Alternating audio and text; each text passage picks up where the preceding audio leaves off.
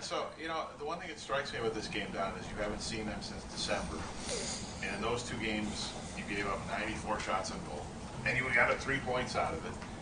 You're a different team now. I mean, what is the emphasis on cutting down their opportunities and their shots in this game tonight? Well, this team is explosive. Obviously, you look at their three-line depth with Jeff Carter being a third-line center is kind of hard to imagine. But you've got Malkin, Crosby, Russ that's a worker, Gensel that's a scorer. I mean, it's just they move the puck fast. They transition fast. They're aggressive defensively, aggressive offensively. So, this is a team that can overwhelm you, as you just mentioned, the amount of shots. They had a heck of a game last night that they controlled, dictated the pace and controlled the game. So it's just another challenge for us. We do feel we're better than last time, but we also know they're better than last time too. I mean, it's obvious they've gotten better, they've gotten healthier, and Crosby's more back to form. Malkin's back in, and he looks like he's to form, to his form, and it should be a heck of a challenge for us. It will be, I'm sure, and we have to. It's exciting. Like I said to you guys yesterday, I'm so happy that we're playing top teams. Their record on the road, 21-7. We're well aware of that, and it's exciting to play these teams because it's you find out a little bit of where you're at. You find out a lot of how far you need to come and go, and you don't. That's usually not the case when you're playing, lesser teams. So for us, it's what we need. Don, you've spoken to us about Samuelson and how you feel how well he's played. How much does a game? Because you've also told us how good he is at learning. How you tell him something and he picks it up. He's got it. How much does a game like against McDavid, or the game maybe he had that night, help him now as he goes into a game against Malkin and Crosby? Now that he's faced a star player like that. Yeah, it helps. That's part of, I say, and I use the term calibrate.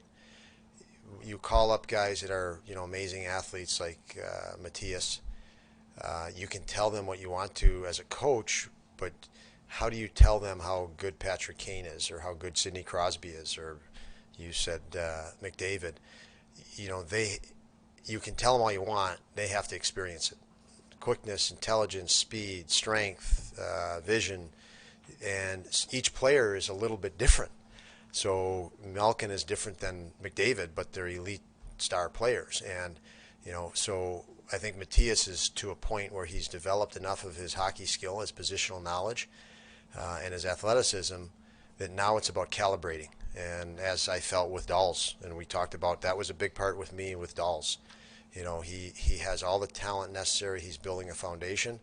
Get these guys into situations where they can gain experience. And if I hide them from those players, they never get that experience. They're going to get it at some point. Why not get it now? And the sooner the better for me, as long as they had that base under them. So Mike asked, and I didn't mention Samuelson, but it was in my head. What's different with our team from December when we played them? And Matthias Samuelson is one big difference. I mean, he has taken a lot of pressure off of our defense because he's been so effective. He can be a number one penalty killer. We can throw him over the boards first. He covers a lot of shot to be blocked. He covers a range of pucks to near his quadrant. So he is a big difference in how our team has played. He's been a stabilizer, killing plays quicker, transitioning plays quicker, and he's a big part of why we've been able to be better and better as we've moved along through the season. You get the chance at home to match a little, but like you said, you've got Crosby's line, Malkin's line, Carter's line. Even at home, I mean, how much can you do that, or is it more you almost want to match the D as opposed to the forward? Yeah, more I would say the D, and within that we need to get to our game, which is playing with pace. I mean, they obviously play with pace. They're welcome that, but the game when you play teams like this is almost a rhythm, and if they're allowed to get into their rhythm, we're out of sync. If we can get in our rhythm, we can potentially put our opponent out of sync, and it goes a little bit with momentum swings. But So, when I say get to our game, we play similar styles, I believe. But we want to make sure the flow is with us. When we put a puck in, we're actually able to pursue it. And if you want a visual, it would be if we put a puck in and we don't pursue it or we can't pursue it, they're going to get in a rhythm and sync up on a transition back. And so we have to break that rhythm at that point. We pulled ourselves out of a rhythm just because of a bad or a poor puck placement or a poor timing a line change. And that's all part of evolving your game and maturing. And we've been much better in those subtleties, so we've been able to hang on to momentum longer as a result of that. Almost sequencing. As far as Vinny goes, beyond the talent aspect, what's allowed him to come in here and mesh so well? Work. He is beyond work, compete. Those are kind of two different things. Some guys are really competitive, but they need to be punched in the head for the competitiveness to start kick in. We can all picture players in our minds like, once a fuse hits, the guy really competes. Vinny's, like I said, a worker and a competitor because he's working all the time. He's never not working, and that has helped us in practice. Pick up the pace, the tempo in practice because we need to develop guys, or our guys need to develop, and he's really helped us there. And in game, we missed him. Again, back to Mike asking what was different. When Vinny was out of the lineup, we missed that, that guy that kind of drags others into the fight because he just plays at such a high pace. If you're his two line mates and you're not ready to play at a high pace, you're either going to hear from him or you're not going to be able to keep up. And we've had him with Krebs and Cousins. I really like his ability there to communicate with those guys. They go through ups and downs in the games, and he gives them a really good perspective. He communicates well with them, and he pushes them well. I mean, that line won us the Heritage Classic. They were incredible, and they've been solid on the road trip as well. They just haven't scored the way they did that night. I don't know why this happens. Sometimes East Coast teams that come back from the West, they have a little trouble that first game at home. How do you prevent that from happening?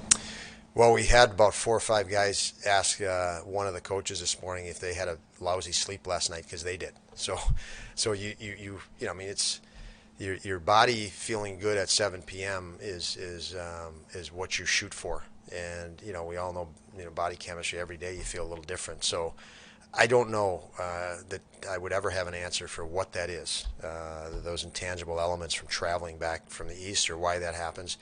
But when it happens, people talk about it, so it's perpetuated, I think, maybe more so than not. Boy, we had a bad game, let's associate it with something. Well, we came back from the East Coast or from the West Coast. So, that automatically, you have a bad game and you came back on a swing from out there, you're going to associate that. So I don't know. I don't want to get into whether that would be the cause or not, but our challenge tonight is we play a great hockey team in our building, and we've played a couple of good games, and you have to reset. In our sport, it's always 0-0. You don't get to bring something from last game in, no matter how good it was, and the quicker each team recalibrates for that is the better. And again, so no answer. I just gave you a minute of babble and no answer. Sorry, Paul. That's good coach speak. Yeah, it was all coach speak there. Thanks, Panger. Are you pleased with the direction during the game when you talk about puck placement, that there are certain players that make a direct play that get you back on track? Yeah, we've had the Eakin line with Okposo and Gergensen, 3 veteran guys that really know how to do that. I mean, and I've started them the last 2 games. We had them early in the year together, the first 5 games of the year or so. Maybe it was less than that. And I think Eakin got injured, and then Zemgus got injured, and Oki might have missed a couple games. And we could never get the 3 of them back together. But now that Zemgus came back a couple games ago on the Western swing, we're able to put those 3 together, and they really do lead by example in the area you just mentioned. Their puck placements is perfect for puck pressure. You talk about those seem to be 2 things talked about, but they're linked. You can't just put pucks in and then talk about puck pressure. They have to be placed right, Correct. And the best teams do that incredibly well. They put pucks where they can pursue them. And that line is the leader for us. You mentioned before about like line changes. Are they a line that can make the other players accountable if their line changes aren't very good? Yeah, they're Oki is amazing on the bench. He's vocal. I've talked about Craig Anderson saying the right things. I mean, Oki says the right things at the right time and nothing more. Nothing less, nothing more. He's not rah-rah. He's just when something needs to be said, and it needs to be said. But it's more than just, he's very aware of momentum and swing. So if he feels, if there's a sense that our guys are in a little bit of a lull, the other team's picking up momentum, he feels that as well. And so does Craig. So those two guys are really good at that. And the other guy that's exceptional at that is Dahlin. He is a leader, a big-time leader in this group. He is extremely vocal and very aware of momentum and momentum shifts and swings, and he challenges his teammates as hard as anybody. He's stood up on the bench many times and leaned down and screamed down at his teammates. Doesn't that feel good to compete? Feels good to compete. And after a guy has a hard shift, or he feels guys need to go harder. So he's emerged in more ways than just what you might see on TV or watching him. Yep.